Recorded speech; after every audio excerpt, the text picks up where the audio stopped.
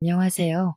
저는 공대를 졸업하고 지금은 둘째를 임신해서 태교에 집중하고 있는 40대 여자입니다. 제가 들려드릴 이야기는 저에게 불과 몇 년 안 되어 일어난 일들이며 사건의 일부는 현재 진행 중입니다. 그래서 더욱 사연을 올리기가 두렵기도 하고 주변에서 알아볼까봐 자세하게 쓰기 어려운 점 이해 부탁드려요.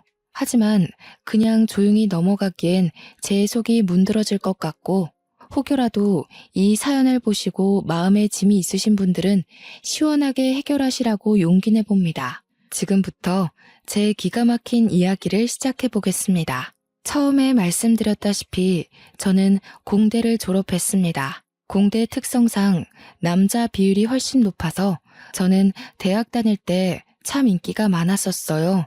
솔직히 어디 가서 빼어나게 예쁜 얼굴은 아니지만 못났다는 소리는 단 한 번도 들어본 적 없었습니다. 대학 생활을 하면서 살면서 이렇게 많은 고백을 받아볼 일이 있을까 싶을 정도로 대시를 많이 받았습니다. 하지만 그 당시에 저는 연애에는 딱히 관심이 없었고 통금까지 있었을 정도로 아버지께서 엄하셨기 때문에 엄두도 내지 않았죠. 보통은 제가 한두 번 거절하면 다들 물러서곤 했는데 딱 한 선배만큼은 제가 귀찮을 정도로 저한테 들어붙었습니다. 그 선배 이름은 김주은이었어요. 솔직히 성격이 별로 좋아 보이진 않아서 친하게 지내거나 그런 일은 없었던 선배였습니다. 생긴 건 그래도 잘생긴 편에 속하긴 하는데 은근히 느껴지는 약간 날라리의 기운이 있었다고 하시면 이해하기 쉬우실까요? 굳이 성격 이야기를 한 건 툭하면 후배들 불러다가 인사 안 한다고 기합 같은 걸 주기도 하고 억지로 동기들에게 술을 먹이기도 하고 그랬어요.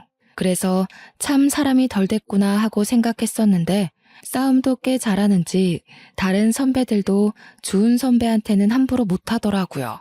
저는 성인이 되어서까지 힘자랑을 하는 그 사람이 그렇게 좋아 보이지 않았습니다. 당연히 고백도 거절했고요.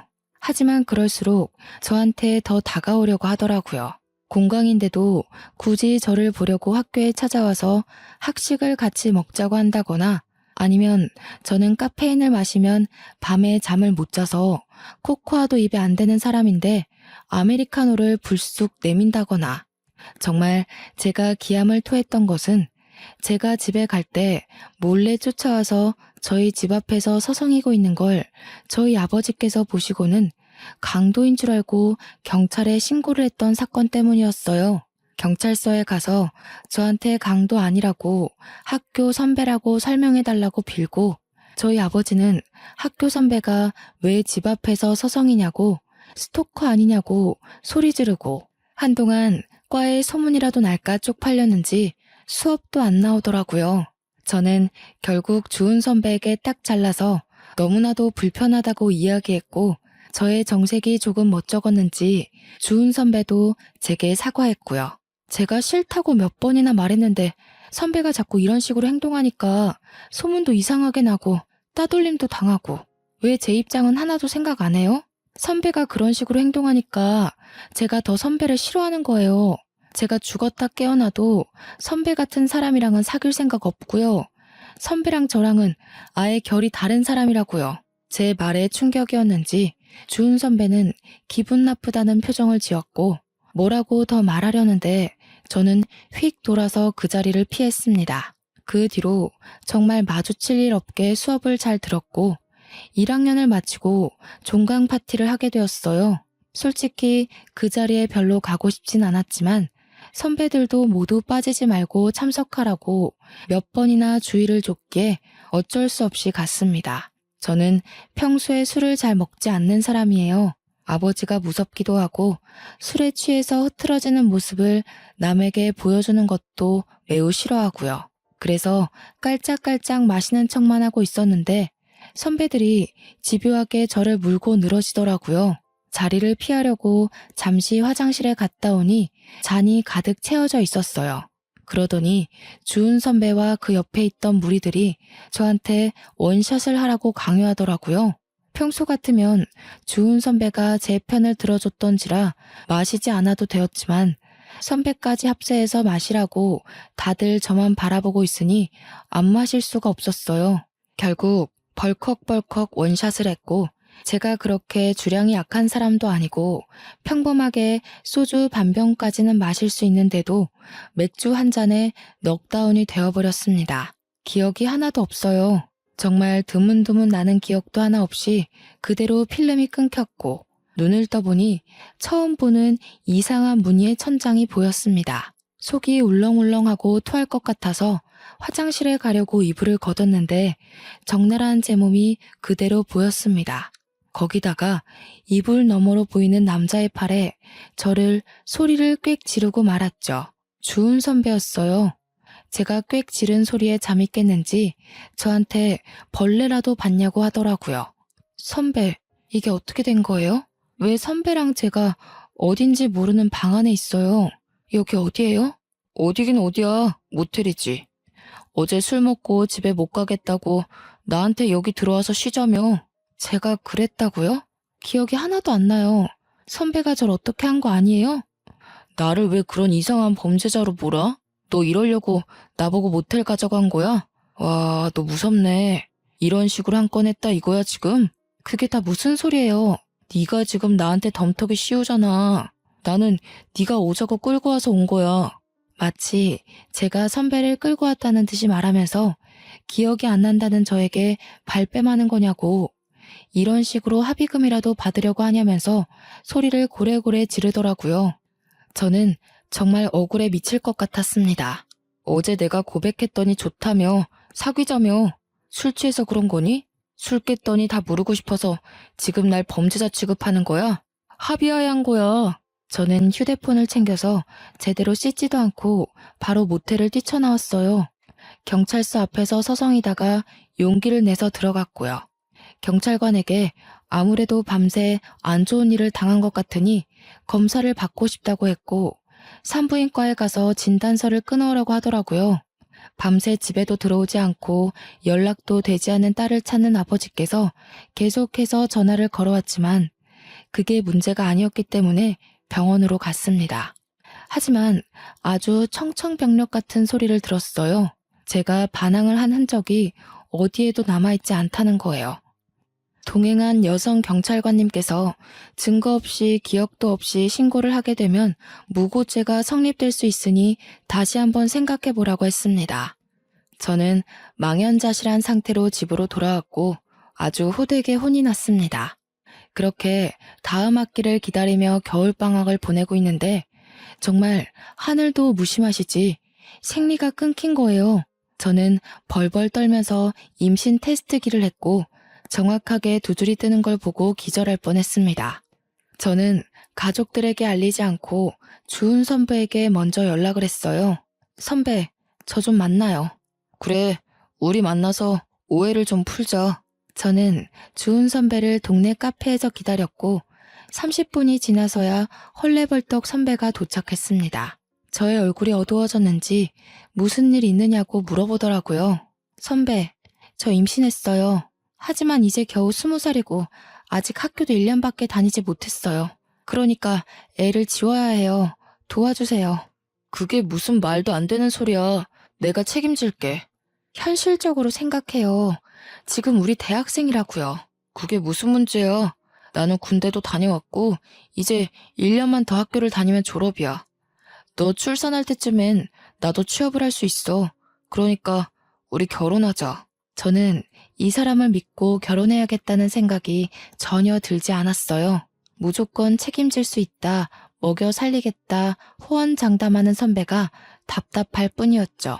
계획도 전혀 없고 그렇다고 집안이 넉넉한 것도 아니고 선배나 저나 그저 부모님께 손 벌려 학교를 다니는 그런 어린애였을 뿐인걸요.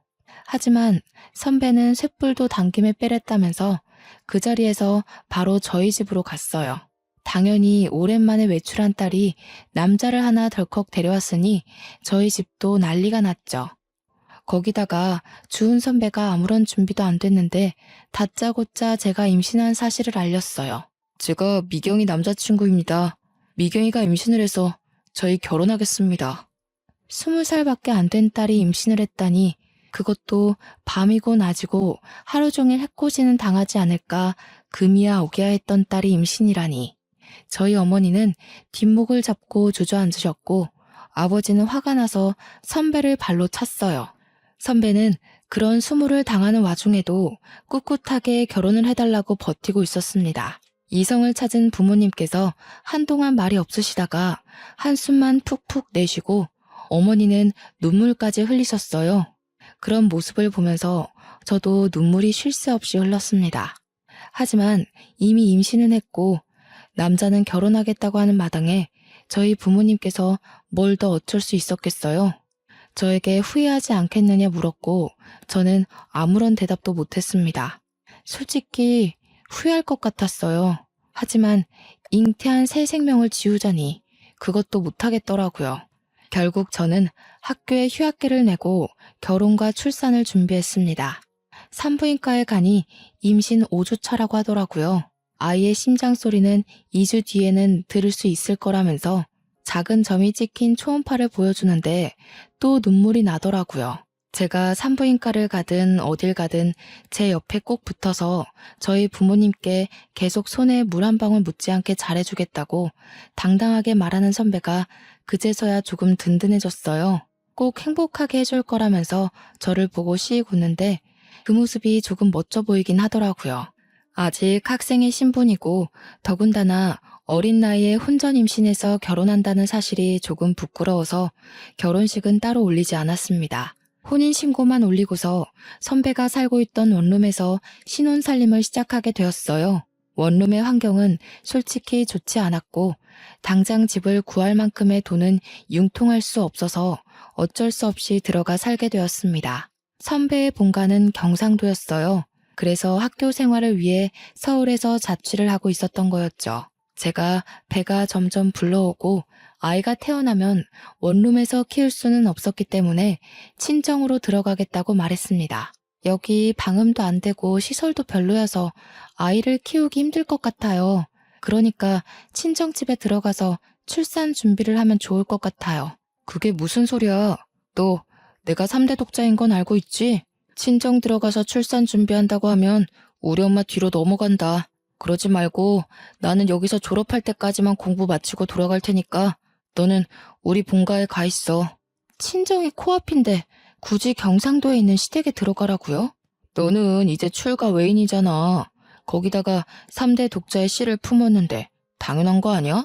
그리고 나 학교 졸업하면 어차피 우리 고향 쪽으로 취직하려고 했어. 내가 우리 부모님 안 모시고 살면 누가 모셔? 그리고 우리 엄마가 시집살이 시킬 사람도 아니니까 편하게 내 집이다 생각하고 가 있어. 저는 정말 내키지 않았지만 이미 시댁과도 말이 다 끝난 상태였는지 시어머니께서 제게 연락이 왔어요. 아가 언제 오니? 미리 집도 다 정리해 두었단다. 짐부터 먼저 내려보내든가 어른들 너무 오래 기다리게 하는 거 아니다. 저는 그 말에 어쩔 수 없이 친정의 좋은 말로 포장해서 경상도에 홀로 내려가게 되었습니다. 만삭의 몸을 하고 내려가니 처음에는 너무나도 잘해주셨어요. 여기가 천국이다 싶을 정도로 먹고 싶은 거 다 해주시고 어머님이 식당을 운영하셔서 그런지 정말 손맛이 좋았습니다. 저는 오길 잘했다 할 정도로 편안하게 지내다가 무사히 출산을 했고 조리원까지 잘 갔다가 왔습니다. 저희 부모님께서도 그 사이에 2번 다녀가셨고요. 떡두꺼비 같은 아들을 낳아오자 시댁에서는 경사가 따로 없다면서 잔치까지 열어주셨어요. 출산하느라 고생했다면서 값비싼 가방도 하나 사주셨고요. 저는 처음이 조금 어긋나긴 했지만 결과적으로는 아주 좋은 집안에 시집왔다고 생각했습니다. 하지만 그것도 아주 잠깐이었죠. 제 몸조리가 끝나갈 때쯤 시어머니께서 틈만 나면 저를 식당으로 불려다가 일을 시키셨어요. 처음에는 갑자기 직원이 일을 관둬서 도와달라, 손님이 많아서 손이 모자르다, 알바가 휴가 갔다 이런 이유였지만 나중에는 이유 없이 불러 일을 시키셨죠. 처음에는 한두 시간만 아이를 업고 일을 하면 됐는데 나중에는 대여섯 시간씩 저를 부려먹더라고요. 남편은 제게 3개월만 있으면 내려간다고 했지만 저는 그 시간이 너무나도 지옥 같았어요. 하루는 삭신이 쑤셔서 도저히 못하겠다고 하니 시어머니께서 제게 욕을 한 사발 붙는 거예요. 저는 깜짝 놀랐습니다. 살면서 그런 욕을 들어본 게 처음이었어요. 사투리를 팍팍 썩어가면서 얼마나 찰지게 욕을 하던지. 제가 진짜 너무 놀라서 아무 말도 못하고 멍하니 듣고만 있었다니까요. 아무짝에도 쓸모가 없는 년. 네가 아들이 아니라 딸을 낳았으면 아주 내쫓아버리는 건데. 어머님, 저한테 왜 그런 식으로 말씀하세요? 그동안 네가 우리 4대 독자를 임신하고 있었으니까 못 부려먹었지. 나 때는 애 낳고 다 밥 깔고 일하고 그랬어. 시대가 어느 시대인데 아직도 그런 소리를 하셔요. 어마마? 시대가 무슨 소용이야? 시애매가 일하려고 하면 냅다 엎드리고 일하는 거지. 애기 안고 도대체 찌개를 왜 못 날려? 서울 깍쟁이는 이래서 안 된다고 혀를 끌끌 차셨죠. 저는 성취하는 몸으로 다리가 퉁퉁 붓는 것을 느껴가면서 일을 했습니다. 조금만 버티라던 남편은 주말에 내려오지도 않았어요. 저는 학교 선배들과 동기들에게 잘 지냈느냐면서 안부 연락을 하면서 혹시 주은 선배는 학교 생활 잘하느냐고 물어봤죠. 학교 사람들은 제가 남편과 결혼해서 아이를 낳는다는 사실을 아예 모르고 있을 거라 생각했어요. 제가 아무에게도 말 안 했거든요. 주은 선배? 선배야 뭐 늘 잘 있지. 맨날 술 먹고 놀러 다니고. 진짜 저러고서 어떻게 졸업하나 싶다. 논문을 쓰느라 바빠서 못 내려오겠다던 남편은 맨날 술 먹고 놀고 있다고 하더라고요. 그때 느낀 배신감이란. 역시 사람은 화장실 들어갈 때랑 나올 때랑 다르다고 하더니 틀린 말 하나 없었어요. 근데 미경이 너도 참 걱정이 많겠다. 나? 갑자기 왜? 너 주은 선배 애 낳았다며. 학교에 소문 쫙 났어. 뭐 필요한 건 없어? 야, 아무리 그래도 나한테 말은 했어야지. 얌전한 고양이가 부뚜막에 먼저 올라간다더니 언제 임신까지 한 거야? 저는 머리통을 망치로 한 대 맞은 것 같은 기분이 들었습니다. 솔직히 아무도 몰랐으면 하는 바람이 컸거든요. 일단 20살에 임신을 했다는 것도 좀 그랬고요. 제가 그렇게 피했던 남편이랑 결국 결혼까지 했다는 것도 좀 부끄러웠고요. 저는 대꾸하지 않고 나중에 연락하겠다고 하고 전화를 끊었습니다. 그러자 동기한테 문자가 오더라고요. 읽을까 말까 하다가 문자 메시지함을 딱 열었는데 정말 속이 상했죠. 근데 주은 선배 솔직히 너무 별론 거 알지? 너에 대해서도 안 좋게 이야기하고 다니더라. 그래도 내가 너랑 친한 동기라서 전해주는 건데 아무리 도도한 여자라도 잡아뜨리면 그만이라고. 선배들이랑 이야기하는 거 들었어. 아무튼 이미 결혼도 했고 아이도 낳았으니 내가 오지랖 부리는 게 맞긴 하지만 너도 현명하게 잘 결정하길 바랄게. 정말 결혼한 지 1년도 되지 않았는데 이런 소리를 들으니까 너무 속이 상했어요. 방 안에 웅크리고 엉엉 울어버렸습니다. 그러자 집에서 곡소리가 난다면서 시어머니께서 문을 벌컥 열고 들어와 울 시간 있으면 빨래라도 하라고 하더라고요. 정말 도망치고 싶었습니다. 바로 남편에게 전화를 걸었습니다. 학교에서 도대체 무슨 말을 하고 다니는 거예요? 무슨 소리야. 내가 무슨 소리를 뭐라고 다녔는데. 논문 쓰느라 바빠. 어제도 술 먹고 놀았다면서요. 내가 다 들었어요. 너 동기들 시켜서 나 감시하고 다니니? 진짜 무섭다. 감시라뇨? 동기들이 나한테 현명한 선택을 하래요. 나에 대해서 안 좋게 말하고 다닌다면서요. 아무리 도도해봤자 잡아뜨리면 그만이라고 그렇게 말하고 다닌다면서요. 와, 어떤 새끼가 바로 일렀지? 야, 어차피 너 내 애도 낳았고 우리 혼인신고도 해서 정식 부부잖아. 이제 와서 네가 할 수 있는 현명한 선택이 뭔데? 우리 엄마가 전화해서 그러더라. 너 요즘 몸 아프다고 식당 일도 안 돕는다며? 자고로 시집 왔으면 시댁 살림에 제대로 신경 쓰고 살아야지. 가서 식당 일도 척척 도와드리고 빨래랑 설거지도 좀 하고. 그래야 이쁨을 받을 거 아냐. 네가 나한테 시집 와서 잘한 게 뭐가 있어? 아들 낳은 거? 그것도 내 씨가 좋은 거지. 네가 잘한 게 아니라. 맞지? 저는 남편과 통화가 끝나자마자 친정아버지께 전화를 걸었어요. 오랜만에 딸에게 전화가 와서 신나게 전화를 받으신 아버지께서 딸이 엉엉 울고 있으니 무슨 일이냐며 당장 말하라고 하시더라고요. 지금 남편이 제게 한 말, 시어머니께서 제게 한 행동을 모조리 다 일렀습니다. 아버지는 짐부터 싸놓고 기다리라고 하셨어요. 당장 내려가겠다면서 저를 끌고 갈 테니 4시간 정도 걸릴 거라고 어머니와 함께 가겠다고 하시더라고요. 저는 울면서 빨리 와달라고 했고 전화를 끊자마자 재빨리 짐을 챙겼습니다. 아이가 먹을 분유와 우유병, 기저귀도 넉넉하게 챙기고 방 안에서 꼼짝 않고 아버지를 기다렸어요. 4시간하고도 30분이 더 지나자 밖이 소란스러웠고 저희 부모님께서 도착하셨다는 걸 알게 되었습니다. 저는 황급히 뛰쳐나가 아이부터 어머니께 안겨드렸어요. 시어머니는 이게 다 무슨 일이냐면서 어이없어 하셨고요. 우리 애 당장 데려가겠습니다. 밑도 끝도 없이 잘해주겠다는 말에 고민하면서 시집을 보낸 건데 이게 다 무슨 짓입니까? 아니, 내가 뭘 어쨌다고 우리 집 와서 이런 소란을 피우십니까? 사돈어른. 사돈이라고 하지도 마시오. 우리 귀한 딸 데려다가 밭일이 뭐 어쩌고 어째요? 거기다가 식당 일까지 하라 그랬다고요? 욕도 하고. 우리 집 식구가 되었으니 같이 돕고 살자는 거죠. 그리고 아이는 왜 데려가려고 그래? 우리 집 4대 독자야. 절대 못 줘. 애가 물건입니까? 주고 말고 하게. 애는 엄마랑 있어야죠. 아버지는 시어머니의 팔을 확 뿌리치고는 가방을 챙겨서 저와 아이를 차에 태우셨습니다. 시어머니는 당연히 난리가 났죠. 당장 내 손주 내놔라 하면서 소리를 쳤지만 아버지는 차 문을 잠가버리시고는 집으로 출발하셨습니다. 저는 아버지 차 안에서 정말 꿀잠을 잤어요. 그렇게 맘 편히 잔 것도 참 오랜만이었습니다. 집에 도착해서 엄마가 차려주는 밥상을 보니 정말 제가 불효를 저질렀다는 걸 알게 되었죠. 눈물이 자꾸만 나와서 밥을 못 씹겠더라고요. 그런 저를 보면서 아버지도 눈물을 슬쩍 훔치셨고요. 아이를 봐줄 테니 들어가서 푹 쉬라는 말에 정말 오랜만에 울고불고 보채는 아가를 어머니께 맡기고 방으로 들어와 단잠에 빠졌습니다. 그간 몇 시간 못 자고 일하고 애보고 정말 힘들었는데 내 집에서 푹 자도 된다는 생각을 하니 깊게 아주 오래 잠이 들었어요. 뭔가 쿵쾅거리는 소리에 눈을 떠서 휴대폰을 보니 다음날 오전 11시더라고요. 정말 14시간 정도를 깨지 않고 푹 잔 거예요.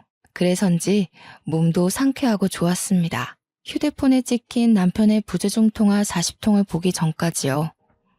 소란스러움에 후다닥 거실에 나가보니 시어머니께서 짐을 바리바리 싸들고 거실에 앉아 계셨어요. 아버지와 어머니는 화가 잔뜩 나 있었고요. 저를 보자마자 시어머니께서 아주 불쾌하다는 듯 말씀하셨습니다. 우리 집 4대 독자를 데려가고도 무사할 것 같니?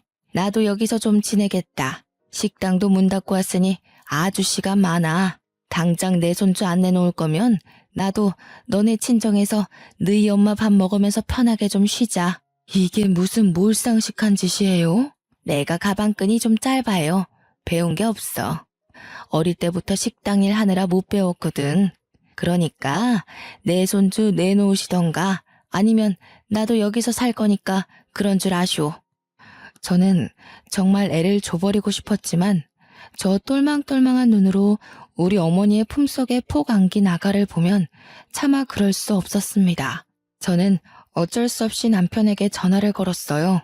남편도 이 사정을 모두 알고 있는지 전화를 받자마자 저한테 쏘아대더라고요. 그러게 왜 생각 없이 짐을 싸서 그렇게 나가고 그래? 어? 내가 오죽 힘들었으면 그랬겠어요? 나한테 손에 물 한 방울 안 묻히게 해준다면서요. 그땐 그때고 지금은 지금이지. 됐고 이렇게 된 거 우리 엄마 따끈한 밥상이나 잘 챙겨드려. 놓친네 경상도에서 버스 타고 올라오느라 아주 힘드셨을 텐데. 몸도 좀 주물러 드리고. 아버지는 제 전화를 뺏어서 남편에게 당장 친정으로 오라고, 오지 않으면 아주 큰일 나게 될 거라고 했습니다. 남편은 아버지껜 깨갱하고 알겠습니다 대꾸하고 바로 전화를 끊더라고요. 그리고 정말 30분 만에 쏜살같이 친정집에 왔어요. 당장 사돈 어른 모셔다 드리고 와. 그리고 나서 이야기하자. 어머, 제가 왜요? 며느리 고집 제대로 꺾어야지 아니면 못 갑니다. 어디 우리 손이 귀한 집안에 시집와서 아들을 낳아놓고 도망을 갑니까? 우리 손주는 절대 못 줍니다. 저 기집애가 고집 꺾을 때까지 내가 여기 단단히 버티고 있을 거예요. 누구 보고 기집애라고 하시는 거예요? 미경아, 그동안 이런 취급 받으면서 살았던 거니? 이런 취급은 아니었고요. 미경이가 계속 고집 부리니까 저희 어머니도 어쩔 수 없는 거죠. 다들 화내지 마시고 미경이도 친정에서 몸 좀 편하게 있고 저희 어머니도 여기서 손주 보면서 식당 일도 좀 쉬시고 하면 좋죠. 장모님께서 저희 엄마 몸보신 좀 해주세요. 맛있는 거 좀 대접해 주시고. 남편의 말에 화가 나신 아버지는 남편의 뺨을 치셨고 시어머니는 그 모습을 보고 제 머리채를 잡고 난리를 치셨습니다. 제 머리채가 잡히자 저희 어머니는 시어머니의 머리채를 잡았고요. 남편은 뜯어 말린답시고 낑겨서 낑낑거렸고요. 저희 아버지는 그대로 경찰을 불렀습니다. 경찰이 오고 온 가족이 만신창인 채로 조서를 썼고요. 저희 아버지는 당장 이혼하라고 엄포를 놓았습니다. 물론 저도 이혼하고 싶은 생각이 굳건했고 시어머니만큼은 죽어도 안 된다 하셨지만 아버지께서 안 되면 소송이라도 불사하겠다 하셨죠. 경찰서까지 온 마당에 뭐가 더 두렵겠습니까? 하지만 먼저 손을 올린 게 저희 아버지였기 때문에 시댁에서는 그걸 빌미로 아이의 양육권을 달라고 요구했습니다. 결국 합의 이혼으로 끝나지 않아서 소송을 걸게 되었고요. 아버지의 사건과는 별개로 이혼 소송이 진행되었고 당연히 친권, 양육권 모두 아이가 어려 저에게 오게 되었습니다. 저는 그렇게 지긋지긋한 2년을 보내고 화려한 돌싱이 되었습니다. 고작 2년밖에 지나지 않았다는 게 2년 동안 일어난 일이라는 게 놀라웠죠. 저는 당당하게 학교에 복학 신청을 냈습니다. 어차피 다 알려졌다고 해도 저만 당당하면 되는 거 아니겠어요? 이혼 소송에서도 승소했고요. 저는 지은 죄가 없기 때문에 더 당당할 수 있었어요. 저를 알아보는 동기와 선배들도 있었지만 오히려 제가 떳떳하게 나가니 제게 전 남편에 대한 이야기를 묻지 않더라고요. 저는 그렇게 23살 나이로 2학년으로 복학했고 무사히 26살에 졸업까지 하게 되었습니다. 제가 졸업할 즈음 담당 교수님께서 대학원으로 진학할 것을 권유해 주셨고 저는 가족들과 상의 끝에 대학원을 가기로 했습니다. 때마침 어린이집에 자리가 나서 아이를 어린이집에 맡길 수 있었거든요. 대학원에 가니 저와 엄청 친했던 건 아니지만 그래도 안면이 있던 선배가 연구실에 있더라고요. 그 선배 덕에 저는 연구실에 적응을 잘할 수 있게 되었고 팀의 주축인 선배를 따라서 논문 주제도 정할 수 있었고요.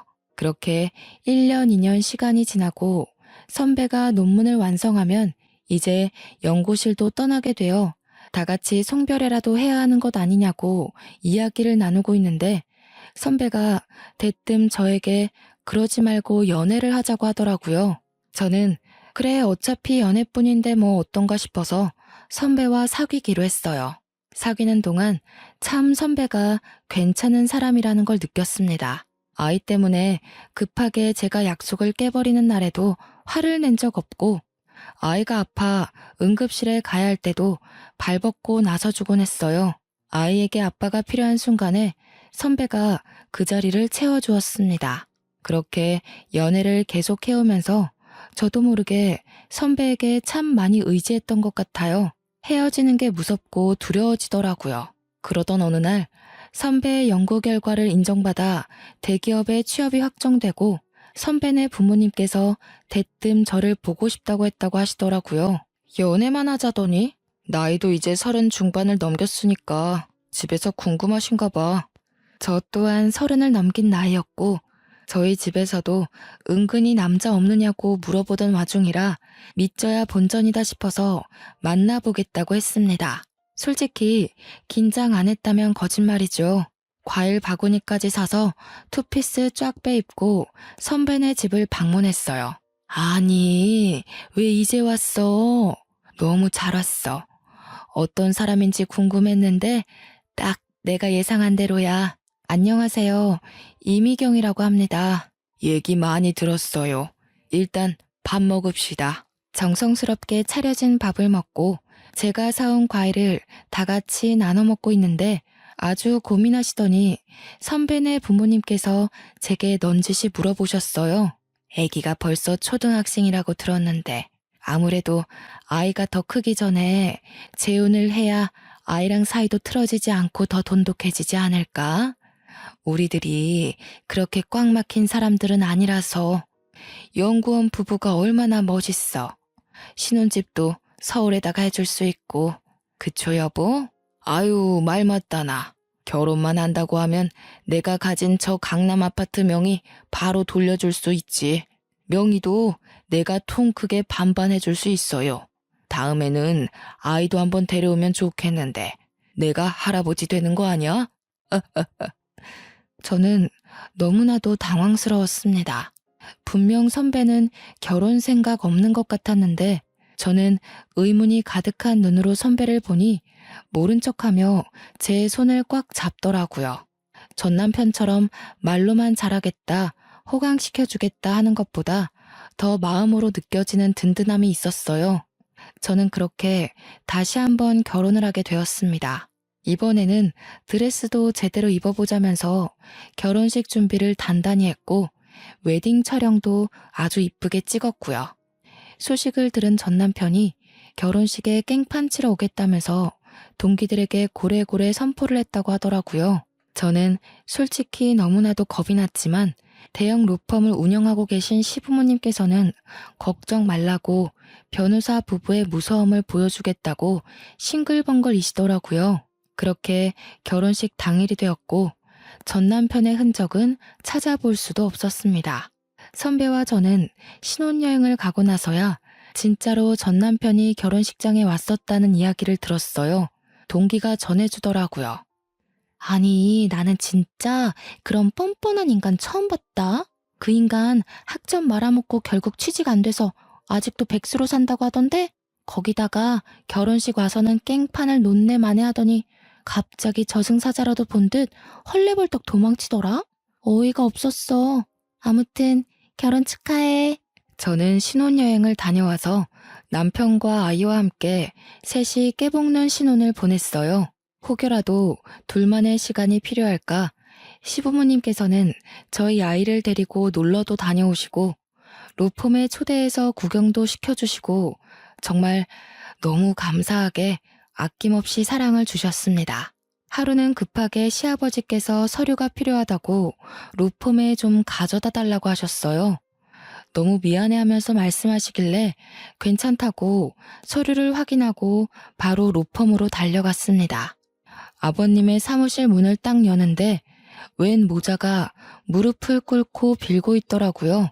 그 뒷모습이 익숙해서 누구지 하는 와중에 아버님께서 저를 부르셨습니다. 우리 며느리 왔어. 서류는 여기다가 주고 잠시 게스트룸에 기다려줄 수 있겠니? 정 변호사, 경비원 불러서 이분들 좀 밖으로 모셔다 드리게나. 여기서 와 이러셔도 아무 소용 없습니다. 저희 의뢰인께서는 강경하시고 소송을 취하할 생각 없으십니다. 제발 한 번만 살려주세요. 제가 여기서 이런 소송에 휘말리게 되면. 저는 그 익숙한 소리에 남자의 얼굴을 들여다보니 전 남편이지 뭐예요. 옆에 무릎을 같이 꿇고 있었던 건 전 시어머니였습니다. 아니, 네가 여기 어떻게... 예, 잘됐다. 우리 아들 좀 살려주라. 네가 여기 변호사님이랑 잘 아는 사이니? 응? 저희 며느리입니다만. 어떻게 아는 사이니? 예전에 말씀드렸던 제 전 남편이에요. 결국은 무슨 죄를 지었는지는 몰라도 여기서 이렇게 만나게 되네. 다 오해란다. 우리 아들 착한 앤 거 너도 잘 알잖니. 억울하게 누명을 써서 뭐 술잔에 수면제를 타서 나쁜 짓 하고 그러래 아닌 거 너도 잘 알지? 어떤 몹쓸 꽃뱀이 우리 아들 가지고 한탕 하려고 그런 누명을 씌워서 고소를 했지 뭐냐. 술에 수면제를 탔다고요? 그래. 수면제를 타서 잠이 들게 해가지고 기억이 없다면서 우리 아들을 글쎄 입에도 담기도 힘든 그런 일로 고소를 했어. 저는 그제서야 제가 당했던 지난 일들이 떠올랐어요. 종강 파티를 갔다가 맥주 한 잔에 기억을 잃고 모텔에서 눈을 떴던 일. 그로 인해 임신해서 지옥 같은 시집살이를 당했던 일 모조리 말이에요. 김준, 너 나한테도 그렇게 한 거야? 전 남편은 아무런 말도 않고 고개를 숙이고 있었고 저는 눈물이 팍 터져 나왔죠. 벌벌 떠는 저 모습이 진실이라는 걸 대신 말해주는 게 아니겠어요? 시아버지께서는 이 이야기를 듣고 대충 눈치를 채셨는지 아주 화가 잔뜩 나셨습니다. 이런 몹쓸, 증거도 지금 확실한 거 아시죠? 술집 가게 CCTV에 수면제를 탄 장면이 찍혀있단 말입니다. 다 오해라니까요. 오해가 아니라고요. 나한테도 그랬단 말이에요. 나는 저 사람 말만 믿고 내가 술에 취해 기억을 못하는 거라고 나 스스로를 자책했어요. 내가 우리 부모님 가슴에 대못을 박았다고 아프다고 말도 못하고 당신의 모진 시집살이를 견뎌내면서 살았다고.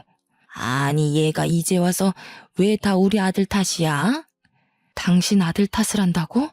아들을 도대체 어떻게 키웠길래 저렇게 뻔뻔하게 범죄를 일으키고도 여기 와서 사죄를 해? 피해자한테는 사과했어 당신? 피해자한테 진심으로 사과했냐고.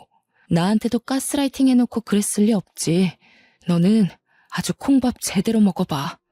제 눈치를 보면서 이러지도 못하고 저러지도 못하는 전 남편을 보고 저는 확신을 했고 경비원에게 끌려나가는 두 사람을 보면서 복수를 결심했습니다. 저는 시아버지에게 수치스럽지만 제가 당했던 일을 낱낱이 고했고 그간 전 남편과 같이 어울렸던 동기 선배들에게 연락을 돌려 증언을 얻어냈습니다. 이런 일이 한두 번이 아니었고 죄책감을 느끼고 있던 전 남편 친구도 있더라고요. 그래서 모든 증언을 한 곳에 모아서 결국 법정에서 증거로 제출했고 받아들여졌습니다. 당연히 전 남편은 징역 5년을 선고받았고 그 이후에 전 시댁에서 찾아와 저에게 엎드려 빌고 시부모님에게 사정사정했지만 얄짤없었죠. 이 일을 계기로 저희 아들에게도 접근할 수 없도록 접근 금지 명령도 내렸습니다. 이게 다 법조인인 시부모님 덕분에 일사천리로 진행될 수 있었죠. 아직 위자료 관련한 부분에 있어서 법원 판결이 나지 않아 기다리고 있는 중입니다. 기다리는 와중에 정말 너무나도 감사하게 저희 부부에게 둘째가 찾아왔어요. 당연히 저희 시댁에서는 경사가 났다면서 제가 침대 밖으로 나올 수도 없게 극진히 대접해주고 계시고 이런 시댁의 사랑을 받는 모습을 보고 저희 친정 부모님도 좋아하시고요. 양가가 서로 친하게 지내면서 서로를 생각해주는 모습이 딱 제가 원하던 이상적인 부부의 모습이었답니다. 저는 이 행복을 가지고 앞으로 마무리해야 할 전 남편과의 소송을 잘 이겨내 보려고 합니다. 아마 든든한 저희 시부모님 덕분에 소송에서 지게 될 일은 단 1%도 없지만 그래도 끝까지 아주 나락으로 보내버릴 예정입니다. 5년형을 받고도 반성을 하고 있는지 어쩐지 전 시어머니께서 매번 그렇게 면회를 간다고 하시더라고요. 둘이 아주 부둥켜 앉지만 않았지 울고불고 한다고 하던데 남의 눈에서 눈물을 그렇게 뽑아댔으니 지들 눈에서는 피눈물 흘려야죠. 저도 마음 아주 단단히 먹고 이겨낼 겁니다. 도와주는 가족들이 옆에 있으니까요. 지금까지 제 이야기를 들어주셔서 너무나도 감사합니다.